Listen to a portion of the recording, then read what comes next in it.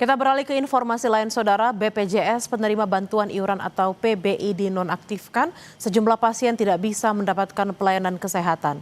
Bahkan seorang warga peserta BPJS Kesehatan PBI terpaksa membayar secara mandiri saat mengetahui kartu BPJS Kesehatannya tidak bisa digunakan saat berobat.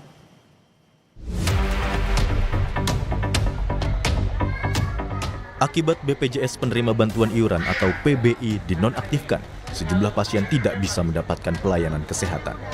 Sebelumnya, Meni, pasien penerima bantuan iuran atau PBI jaminan kesehatan, terpaksa pulang kembali ke rumah dan tidak bisa berobat di rumah sakit umum daerah karena BPJS PBI miliknya dinonaktifkan. Meni mengaku tidak tahu jika BPJS PBI sudah dinonaktifkan sehingga tidak lagi bisa menerima jaminan kesehatan. Meni pun harus menunggu waktu agar BPJS PBI miliknya bisa diaktifkan kembali. Pas sekarang mau berobat, sebulan sekali berobatnya, nggak aktif, Pak. Rumah kebanjiran, Pak. Jadi tadi kaget nggak mau dengan dinonaktifkan itu? Nggak aktif deh, tadi tuh iya, pasti iya. Bulan depan masih aktif, bulan depan. Ya mau diaktifkan, Pak, iya. Di Bandung, Jawa Barat, seorang warga peserta BPJS Kesehatan PBI terpaksa melakukan pembayaran secara mandiri saat mengetahui kartu BPJS Kesehatannya tidak bisa digunakan saat berobat.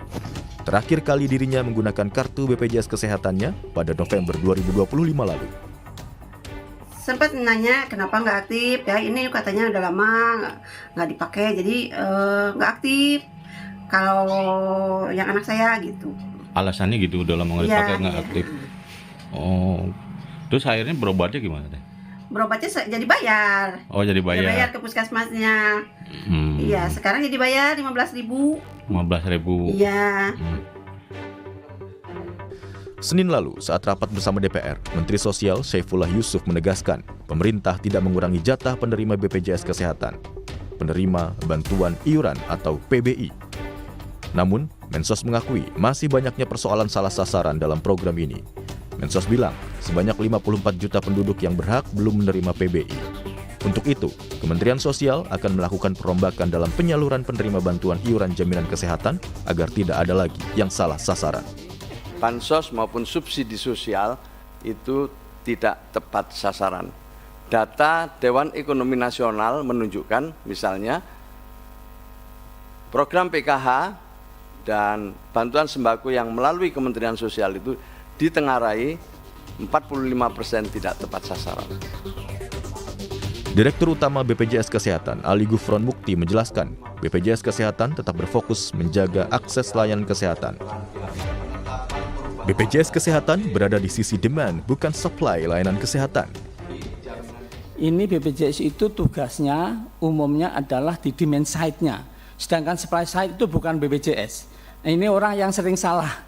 Jadi supply side itu contohnya dokter, vaskes, terus masalah obat, masalah alat kayak gitu, itu bukan BPJS. Nah, BPJS itu bagaimana orang bisa akses dengan kualitas tertentu tanpa kesulitan keuangan gitu. Kementerian Sosial dulu, yang sosial datanya dari BPS. Kementerian Sosial, nah ini ke Kemenkes lalu didaftarkan ke BPJS, intinya seperti itu. BPJS dari peserta yang dinonaktifkan itu, asal SK Kemensosnya jelas, kita ngikutin gitu. Untuk saat ini, DPR dan pemerintah sepakat bahwa seluruh layanan kesehatan BPJS Kesehatan penerima bantuan iuran harus dibayar pemerintah 3 bulan ke depan.